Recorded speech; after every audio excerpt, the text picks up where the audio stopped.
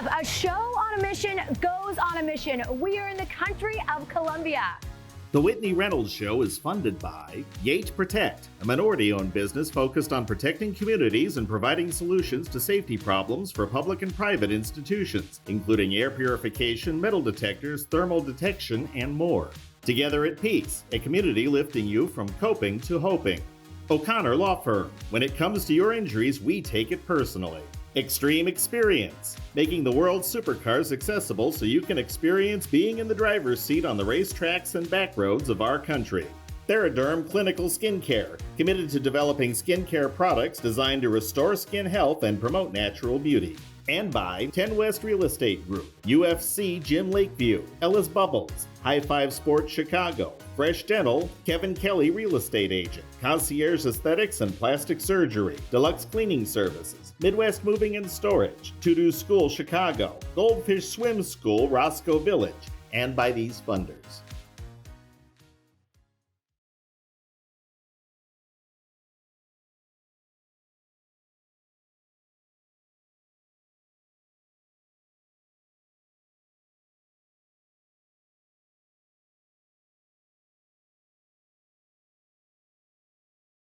Hola! Welcome to the country of Colombia.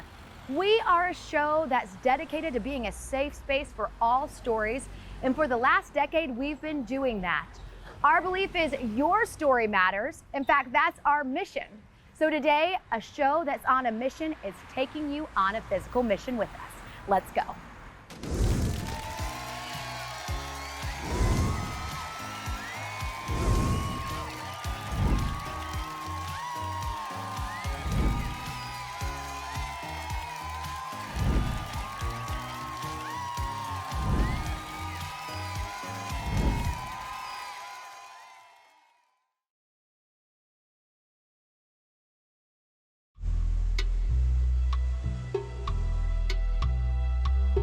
The streets of Colombia hold so many stories. And as an outsider, we can be quick to think on the negative, like sex or drug trafficking, or the dangerous cartels. But what we don't always think about is the vibrance and the beauty that a country holds, and the developing stories of redemption and passion for change that are within. What would you want people to know about the thriving stuff that's happening in Colombia? Well, Colombia is democratic government right now, so they produce many minerals and for sure Gold. These countries are rich countries. The people is very kind people, is very human people, and beautiful people. Personally, I have been seeing such a vast difference of a way of life, but there's so many people that live here that love their Colombia. Yes, me too, because I am not Colombian citizen, but I visit many times Colombia because it's beautiful. The flashy streets can catch the eye with promises of money and brotherhood, all during a time when poverty is on the rise. Do you consider Colombia dangerous? No, Colombia is a good country. But for sure, the illegal people live in the borders. So many people don't have medicine, many people don't have other things, for example, schools, educations, etc. So Colombia is the best country, but the political situation is the problem. You know, the authorities, the corruption, that is a problem, I think. Yet even in the midst of it all, there are locals out here on a mission. Some who have even been on the other side. Daniel Sanchez joined us at an undisclosed taping location for this exclusive interview of his powerful life change. He is a former terrorist and was a member of a prominent Colombian rebel group. This organization is known for their bombings, human trafficking, murders, and drugs. Thank you so much for joining us today. It's a pleasure. I know it's not easy going back to where you came from. It's a good opportunity to help and heal about all things that happened before. Terrorism. When you hear that word, what does it mean to you? Creo que es pasado, ¿no? I think about the past and about an opportunity to help. Why did you sign up for the opposition? When I was 12 years old, I came into this group. I was working with guns, and as I was a child, they didn't find out. I was born in a very poor place where it was normal to belong to these kind of groups. Did you know at 12 years old that you were signing up for a form of terrorism? In the neighborhood where I lived, actually it was a good thing to belong to these kind of groups. It gave you power and authority. Did you have a dad in your home? Sí. Was he a member as well? No, papá. My dad was a good person. He was the pastor of a church. Pero el desorden y la de pronto intolerancia. But maybe the context where he lived made him take that decision to belong to this group.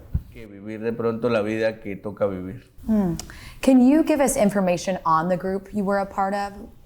Pero sí, We made many things that we are not supposed to do, Bombings, and some other things. drugs, Yes, murder? yes, And you were against the government? yes. What is a day in the life of a terrorist like? es difícil. It's kind of hard because you feel like death is really close to you. You do bad things, or bad things happen to you. Was the terrorism for a higher calling? No. What was it for? Creo que I muchas think veces when cuando poverty la pobreza y and la when you are in need, pega, de many pronto people want to cada be in persona quiere power el of poder, something, sin and it doesn't importar, matter who a can quién suffer se lleve por with that. delante. Were you involved in any human trafficking? No, en esa parte no. Did that happen in your group? Sí. How did you go to forgiving yourself? I think God is who changed my Yeah. life, and He forgave me. What was your rock bottom moment with that group that caused a life turnaround? Cuando toqué fondo fue When cuando I was in danger and my friend was estaba in la vida de un danger amigo, as la well, we were in the position to choose his life or my life. What happened? yo estoy I am alive. After that very hard moment, what did you do? me- I was getting mad, crazy. How did you find God? alguien estaba Somebody was predicando around sharing the gospel and showed me God and told me that God was above all things I done. What was it like trying to get out of that group? fue difícil It was really porque hard because it was very lo más probable probable era that que if I yo left salía that igual. group, I was going to die. Why are you comfortable doing this interview today? Porque creo Because que I con esta think that entrevista with this podemos interview, we can help other people. We can. What are you up to today? yo I'm at the estoy en la border frontera de between Colombia con Venezuela and Colombia. Pero hace When I looked at the situation Venezuela was at, decidimos we decided empezar to a help ayudar people in a las Venezuela. personas en Venezuela porque hay Because niños there are como children, en mi caso, just like me when I no was a tienen child, una who don't have an opportunity. And I don't want them to feel and experience the same that I was through. Through the church, we are helping them with meals and food, medicines, Bible studies, and Bible books. Have you helped any young 12-year-old boys or girls avoid joining that organization? Many. There's not a goal in that decision. At the beginning, it may look really shiny, but at the end, it's a destruction way, not only for that person, but also for his family. yo I lost my family during 8 years until God changed my life and I could recover. After being the worst thing for my family, nowadays they feel proud of me and of what I'm doing. How long did that take to get to that point? Since I started changing my life, they started feeling proud of me. Do you feel like you have saved more lives than what you have hurt in the past? Not me, but God. For all the men that are still members of that organization you were a part of, what would you want to say to them? I would like to tell them that yes, there is an opportunity because they are being slaves and God wants them to be free. So you feel like it is a form of slavery and terrorism? Yes. Why do you believe hope is still out there after seeing all you have seen? Because my life has changed. And now I am a lawyer and I am a pastor. Do you consider yourself a new man? Yes, God changed my life, and what I did wrong, now I want to make it better. Have you gone back to your friend that lost his life and apologized to his family? Yes. Did they accept it? They are now part of the church. It's amazing. Es sorprendente. Amazing. Well, thank you so much for this. Gracias. Can I give you a hug? Thank you.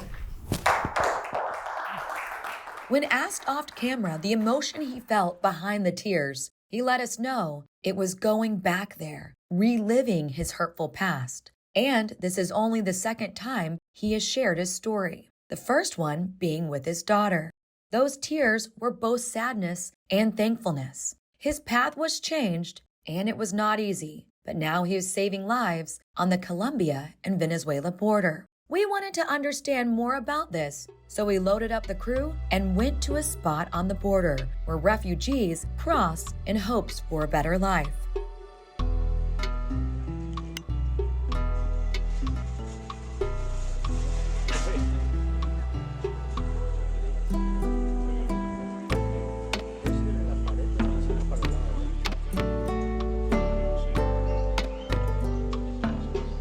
How many hours? ¿Cuántas horas caminaste? I had to go for about a week, walking for a week with them. They walk mile after mile, some with very little food, hoping for a light at the end of the tunnel. But what is that light?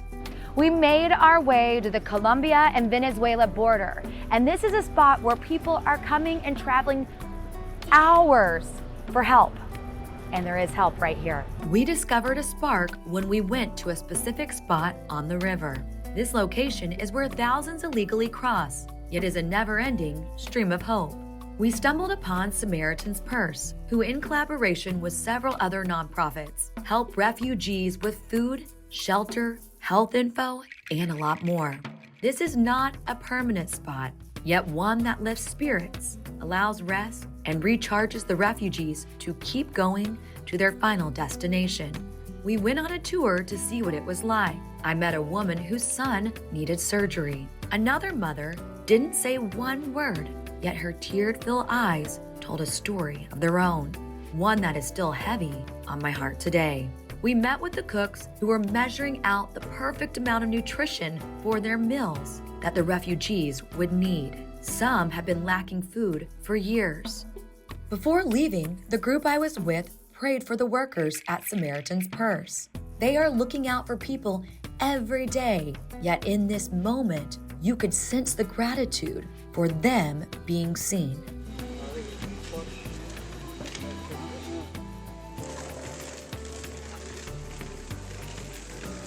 With so many refugees crossing into Colombia, we wanted to know what life was like on the other side of the border.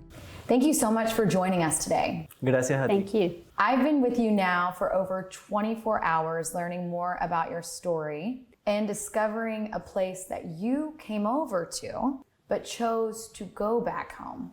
You went back to a place that is in a much different situation. Why did you go back?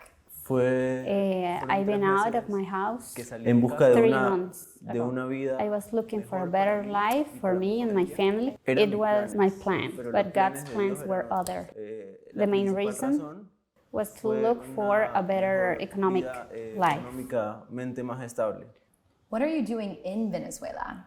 Trabajo con I un work grupo de hijos de with pastores some pastors' en su children. corazón, ayudándolos en su I help situación, them in this situation they're going through. I support them. también ayudarlos a ellos.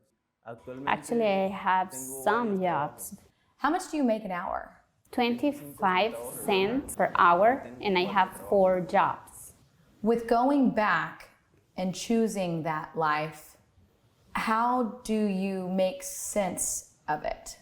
Trabajar en My el ser focus is del to hijo del work pastor, on en el the corazón children of the del hijo del pastor's pastor. heart.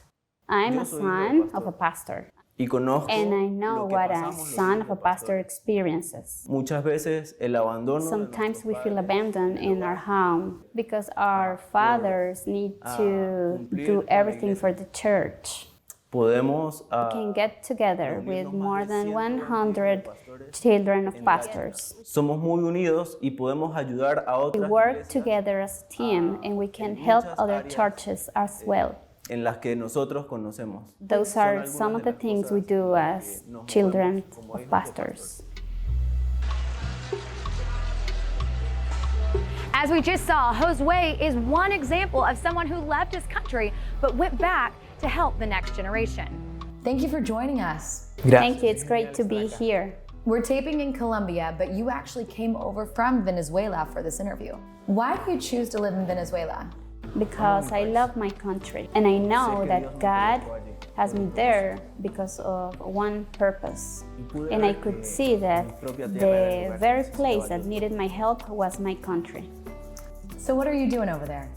Ayudo a mis padres. I help my parents in a church. Doy I clases de teach música music free. You also are helping the next generation through Reach for Life. Reach for Life. Reach for Life helped me. I was trained so I could help some other young. Voy a comunidades de mucha necesidad. I go to some poor neighborhoods and I help Donde enseño. children. And that's not all you're doing. You talk about knowing you're needed in your country. You also helped get thousands together. Hay muchos jóvenes que están There are many siendo teenagers who rechazados, feel muchas rejected, personas in need of a necesitan friend. un amigo, que necesitan un compañero, alguien que los entienda. We have a group Nosotros with tenemos un Josue, grupo junto a Josué the Hijos son's de Pastores. pastor, and we make meetings reuniones so they para can ayudar, have hacer new amistades friends y compartir and share el amor de God's Dios. love.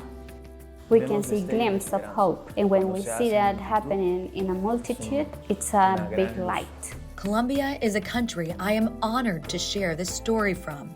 A quick internet search might not show you all the goodness that can be found here. On our downtime, I reflected on each interview. Sometimes when people travel to these type of countries, we say, man, we're so lucky. And we go home and we do nothing with that. One of the things I've been charged with here is what do we take back from this and make changes in a tangible way? I enjoyed the views, the culture, and of course, the stories that came from here.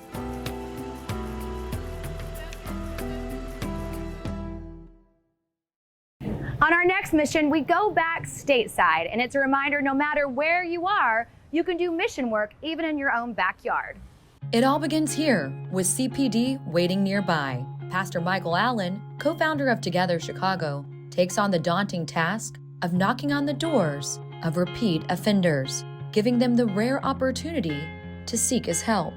Why is it that young black and brown men, by and large, are picking up guns and killing other black and brown men? So that to me is just insanity, and I'm trying to understand why that is. And just like that, this quick and significant decision can forever change a life, for better or for worse. What's interesting is I've been on 100 or more of these visits throughout the years, and we've never had an incident where a guy pulls a gun on us. We've had guys who are talking through the door. We've even had, I think, maybe one or two that have kind of run out the back door. Oh. But we've never had one that have tried to pull a gun on us. Sometimes they'll talk to us through the chain on the door or through the door closed, but most of them will open the door Once the police says, hey, this is Commander so-and-so, nobody's in trouble, nobody's going to jail today, nobody's leaving here in handcuffs, but I brought a pastor with me to talk to you.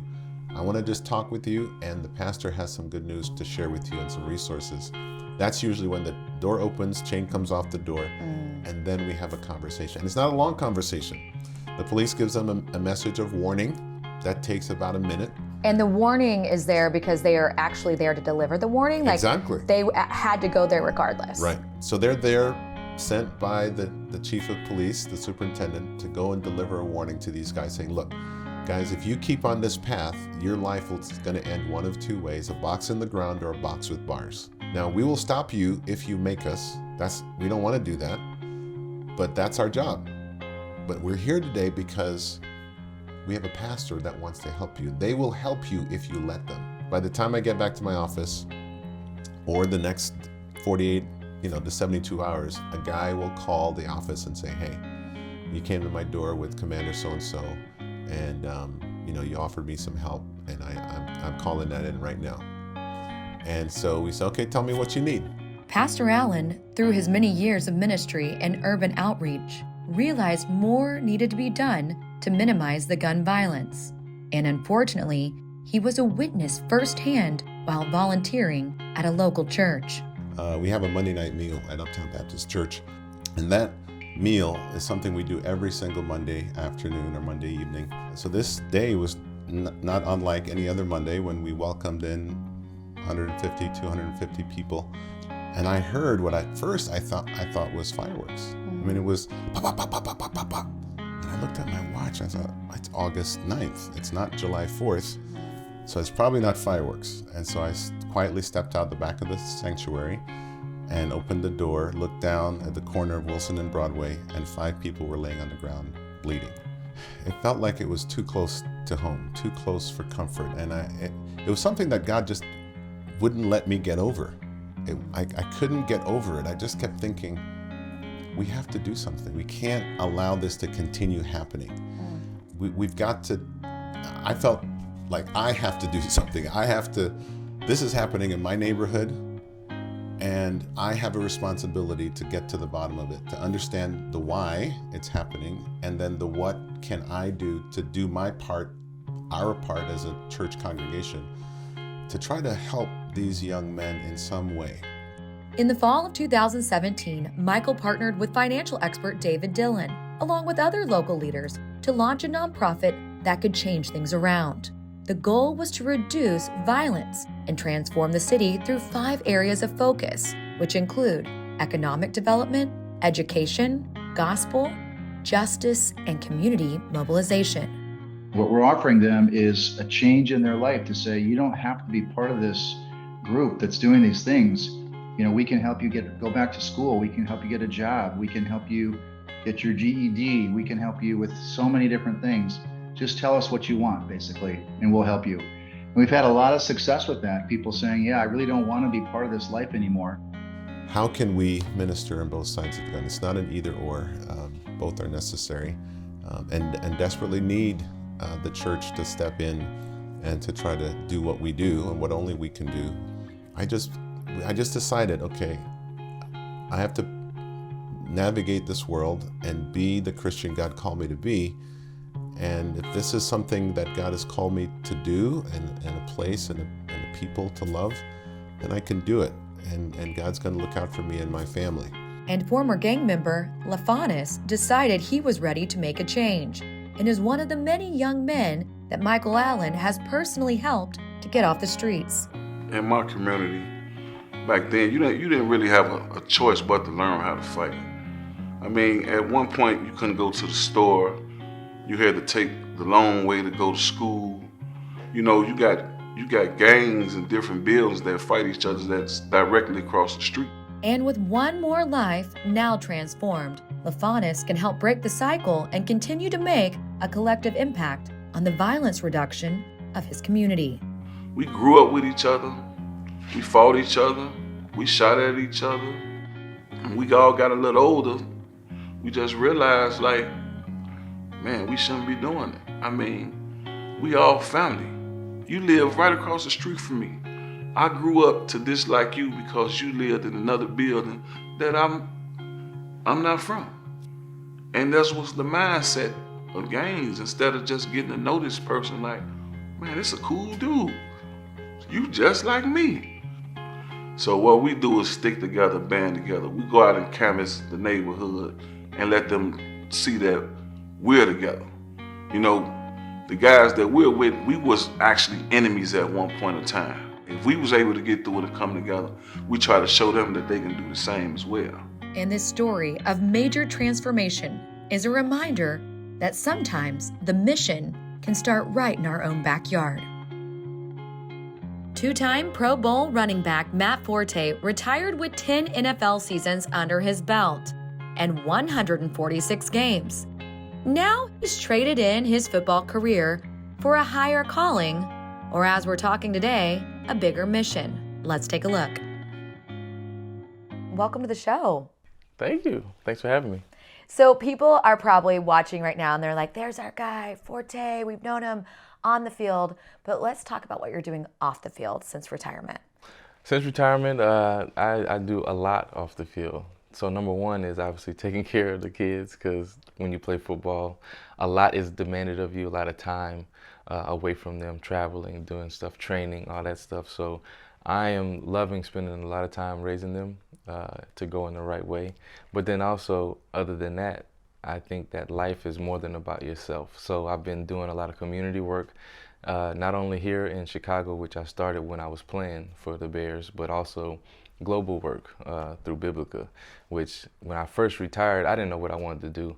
I really kind of just wanted to sit around and be like, you know what, let me rest for a little bit. And I did an interview with a former teammate of mine, Rashid Davis. And I was just telling my testimony, telling my story, life story of how I came to Christ and, you know, why Jesus is important in my life and things like that. And a friend of Rashid's who works with Biblica as well, Christy Davis, was there, and she starts to talk to my wife, Danielle. So they start talking, and by the end of the 10-minute, you know, testimony that I was given, there's a trip planned, a mission trip that's planned. Had you ever gone on a mission trip before? Never gone on a mission trip before. So upon retirement, I'm opposite of that. I'm not trying to go anywhere, and so they're like, yeah, we're gonna go on a mission trip, and I'm like, well, where? India. This experience that opened Matt's eyes to a different culture sparked his mission of wanting to influence and leave a positive impact on others in his city and around the world. After, you know, we ended up going, it was probably the single greatest experience trip-wise that I had been on that was just so impactful. To see people there that are so selfless, that care for others. So learned a lot about the culture too. Not only the food and like cultural things, but some of the negative things, how, you know, there's heavy Christian persecution there, and how these people there's a lot of people who are partners that, you know, will take the Bible and, you know they can be persecuted or arrested or, you know, even killed, but yet that burden, they don't see it as a burden, they see it as a responsibility to spread the gospel. So I was definitely inspired by going on that trip, and that's why I do a lot of the stuff I do today within the community. They were so joyful. They had nothing, yet they had everything because they had Christ. I'll never forget that. It always keeps me humble and grateful for what I do have, but also to provide for those who don't have. Because I mean, like you said, I got a lot of friends, former teammates and stuff, and they're in a position where they do have influence and they have a platform to use for good, but yet, you know, some of them say, I didn't ask to be a role model, so I don't want to be one. Or they just, maybe out of fear of someone seeing them for who they really are. So I think it's important to let people see who you really are, especially the flaws that you have, because then those who need it the most are those who have the flaws the most, or the worst flaws, so they can see someone who has messed up before, but it's not over with. His position as a role model and athlete has allowed him to connect with people from all walks of life. And while his time in the NFL was memorable, he never lost sight of what made him who he is today and the legacy he wants to leave behind.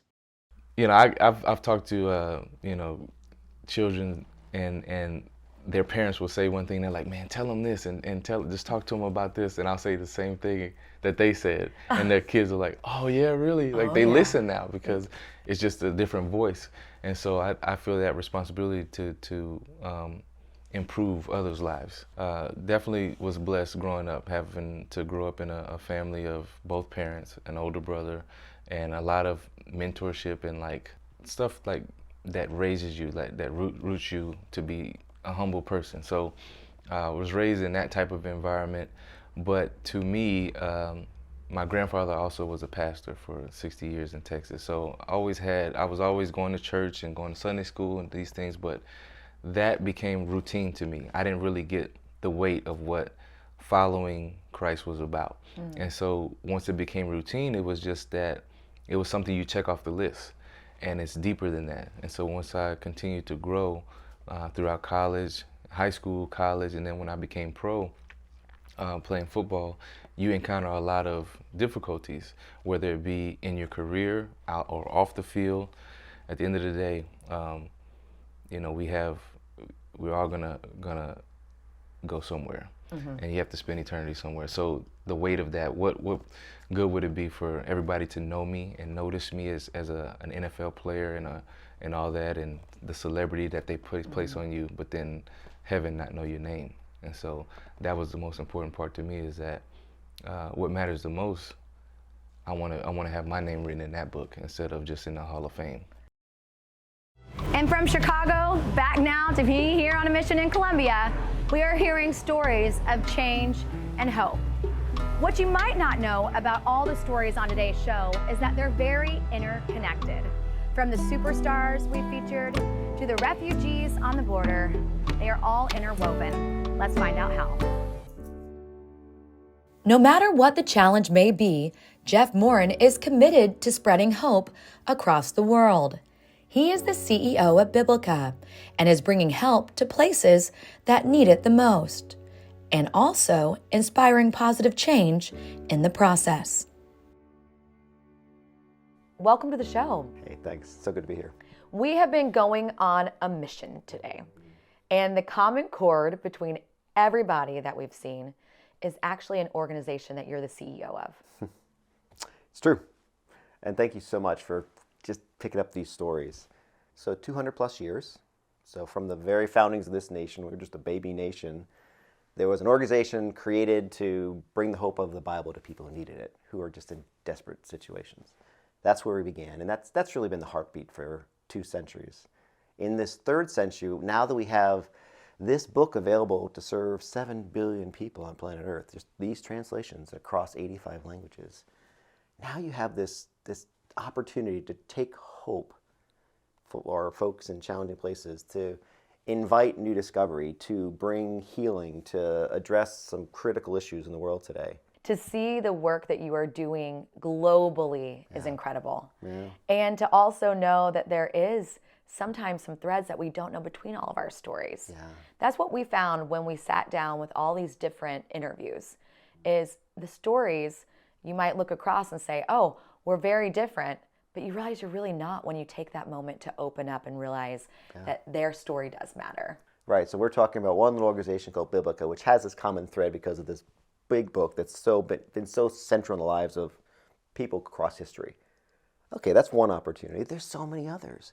Where will you step forward and say, all right, this is making me uncomfortable. I've never done this before, but I think I could impact change here if I was to step across that line.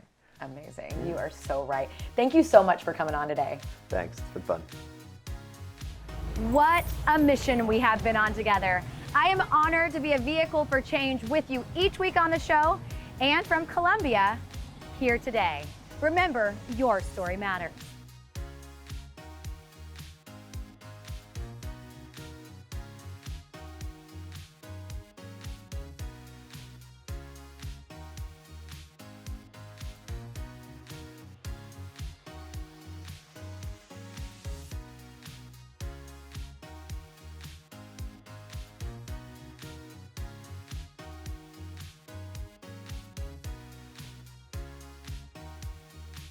The The Whitney Reynolds Show is funded by Yate Protect, a minority-owned business focused on protecting communities and providing solutions to safety problems for public and private institutions, including air purification, metal detectors, thermal detection, and more.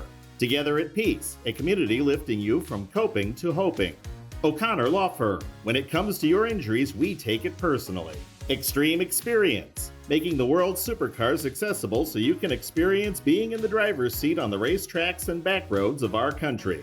Theraderm Clinical Skincare, committed to developing skincare products designed to restore skin health and promote natural beauty. And by 10 West Real Estate Group, UFC Gym Lakeview, Ellis Bubbles, High Five Sports Chicago, Fresh Dental, Kevin Kelly Real Estate Agent, Concierge Aesthetics and Plastic Surgery, Deluxe Cleaning Services, Midwest Moving and Storage, To-Do School Chicago, Goldfish Swim School Roscoe Village, and by these funders.